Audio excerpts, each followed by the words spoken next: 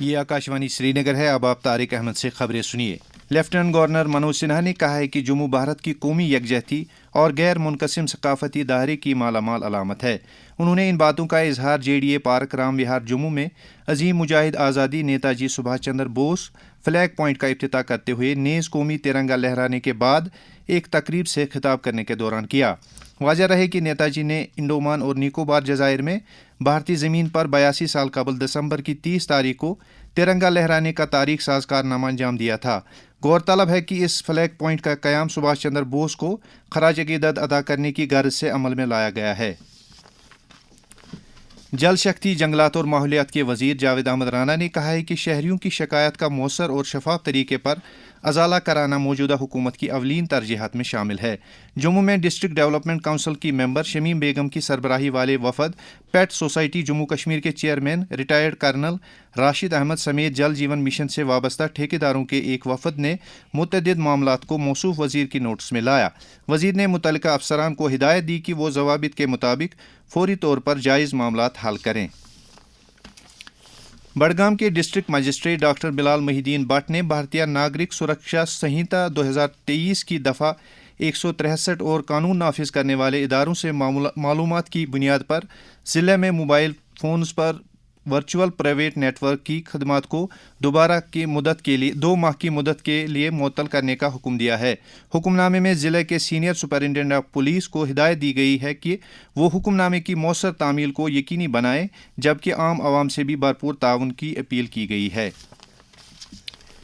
Deputy commissioner Pulwama doctor بشارت قیوم نے ایک میٹنگ کے دوران پردھان منتری شرم یوگی مان دھن اور پی ایم کسان مان دھن یوجنا سمیت کئی دیگر سماجی تحفظ سے متعلق اسکیموں کی عمل آوری کا جائزہ لیا.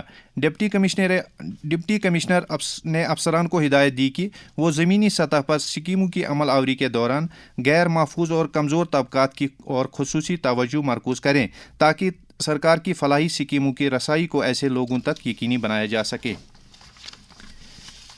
بی جے پی جموں کشمیر کے سینئر لیڈر رویندر رینا نے کہا ہے کہ ملک کے مختلف حصوں میں کشمیری افراد کی مبینہ مار پیٹ کی خبروں کا وزیر داخلہ امت شاہ نے سنجیدہ نوٹس لیا ہے اور اس سلسلے میں مناسب کارروائیاں کی جا رہی ہے.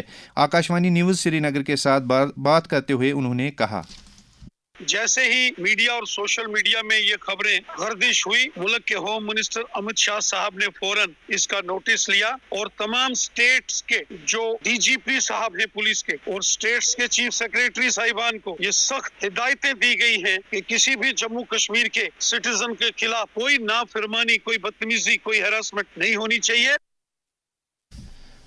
موجودہ معاشرے میں پائی جا رہی کئی طرح کی سماجی برائیوں میں رشوت ستانی بھی ایک ناسور بن کر ابھر رہی ہے.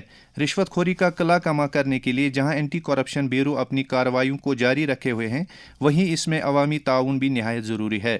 جموں کشمیر کے ڈائریکٹر اے سی بی کے الفاظ، میں Shakti Kumar Pathak, director A C B Jammu Kashmir, جو بھی اس میسج کو سن رہے ہیں ان سب سے میں یہ اپیل کرنا چاہتا ہوں کہ آپ سبھی اس کرپشن کے خلاف ابھیان میں ایک قدم آپ آگے بڑھائیں اور ہم ایک اینٹی کرپشن ایجنسی ہونے کے ناطے جو کچھ بھی ہم سے بن پاتا ہے وہ ہم اوشیہ کریں گے. آپ کا ایک بڑھایا ہوا قدم ہمارے بل کو کئی گنا بڑھائے گا اور بھرشٹاچاریوں کو بالکل نربل کرنے میں سکشم ہوگا. وادی میں درجہ حرارت میں گراوٹ کے ساتھ ہی گرمی دینے والے آلات کا استعمال بڑھ گیا ہے. تاہم ضرورت اس بات کی ہے کہ ان آلات کے استعمال کے دوران انتہائی احتیاط برتی جائے. سردیوں میں گرمی دینے والے آلات کا استعمال بڑھ جاتا ہے، احتیاط برتیں. گیس یا مٹی کے تیل پر چلنے والے ہیٹرز کے استعمال کے دوران مناسب وینٹیلیشن کو یقینی بنائیں. سردیوں میں گرمی کا انتظام ناگزیر ہے. گرم رہیں، محفوظ رہیں. سری نگر میں رات کا کم سے کم درجہ حرارت 2.3 ڈگری جبکہ جموں میں رات کا کم سے کم درجہ حرارت 10.4 ڈگری سیلسیس ریکارڈ کیا گیا. اس دوران محکمہ موسمیات نے آج رات سے کل تک کے لیے شمالی اور وسطی کشمیر کے کچھ بالائی علاقوں میں ہلکی سی درمیانہ درجے کی بارش اور برف باری کی پیشگوئی کی ہے. ادھر آج سری نگر میں بھی مطلع ابر آلود ہے. اس کے ساتھ ہی خبروں کا یہ بلٹن ختم ہوا. خبروں کا اگلا بلٹن دن میں 12:30 پر اردو میں نشر ہوگا. ہمیں دیجیے اجازت. خدا حافظ.